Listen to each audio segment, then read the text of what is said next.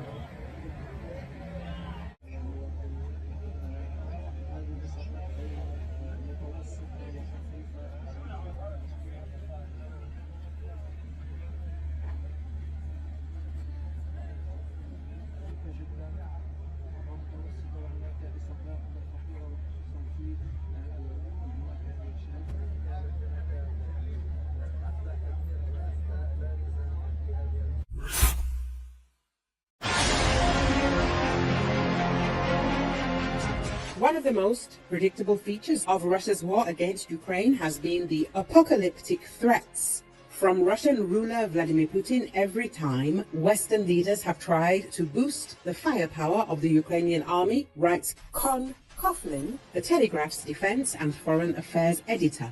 According to him, Putin's pathetic rhetoric is designed to intimidate Western leaders into abandoning their pro-Ukrainian stance. The author recalls that the tactics of the bully autocrat began days after Russia launched its so-called special military operation to conquer Ukraine. At the same time, in order to deter Western interference, Putin warned that the West would face dire consequences if it supported Ukraine's fight for freedom. He has since made numerous references to Russia's massive nuclear arsenal, typically when NATO leaders are considering ways to improve their military support, such as providing tanks and F-16 fighter jets.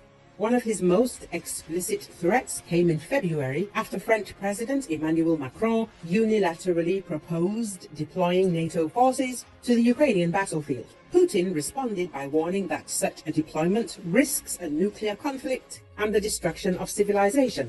Coughlin writes, he stresses that nothing has come out of these threats, not least because China, on whose support the Kremlin relies to keep the Russian economy afloat, has made it clear that it will not tolerate Moscow using any nuclear weapons. While Putin talks, Western arms shipments continue to flow into Ukraine, greatly enhancing its ability to defend itself against Russian aggression. That's not to say the Russian leader's remarks haven't had an impact on the debate over military support for Ukraine. Joe Biden, in particular, has been spooked by Putin's threats and has often delayed providing vital military equipment for fear of triggering a broader escalation of the conflict, the article says. At the same time, according to the journalist, Putin has good reason to fear Ukraine's use of Western-made Storm Shadow long-range missiles to strike targets inside Russia, as they could destroy 250 Russian bases near the border that are used for almost daily attacks on Ukraine's civilian infrastructure. If the Ukrainians can consolidate their recent gains in Kursk, Putin will indeed be in trouble.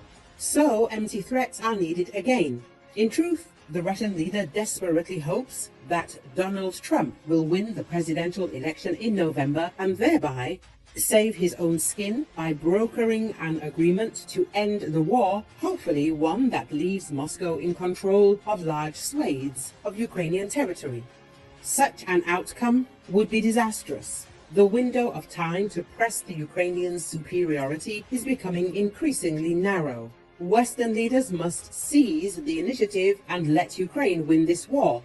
The author concludes, Russian leader Vladimir Putin recently threatened Britain and the United States with war in response to Ukraine's likely permission to strike Russia, a move he said would significantly change the very nature of the conflict by forcing Moscow to respond.